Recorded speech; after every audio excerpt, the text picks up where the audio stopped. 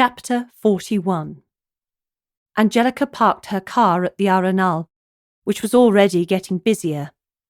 A good February day meant many people retired to the front after a day at school or work. It was their reward for a job well done.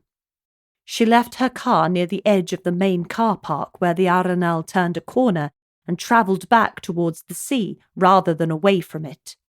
She walked along the front before tracing the route she had mapped out in her head, away from the front, past the Chinese buffet restaurant, and then along the busy road to window shop restaurants.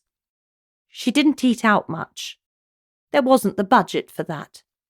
But she did like to look in and decide where she would visit when the cash flowed a little more freely. Angelica grew bored and walked much more quickly. The restaurants flowed past in a blur. She smelled the garlic wafting from restaurants of most cuisines, the universal ingredient.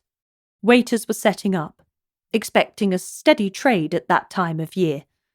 The chefs were trying out new dishes in the hope that they might be popular enough to include on the menu come the summer.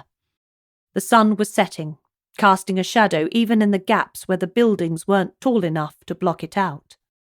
Angelica crossed the road near the tennis club, slowing her stride so she could make the decision whether to go in or not. Something caught her eye on the opposite side of the street in an alleyway next to an office block. Angelica crossed the street and recognised two things: the car with the blacked-out window and oversized bumper sticker, and Alex Grand with a listening device strapped to his head. Rather than approach him, Angelica left to run an errand, grabbing a piece of paper and a pen from her handbag as she did.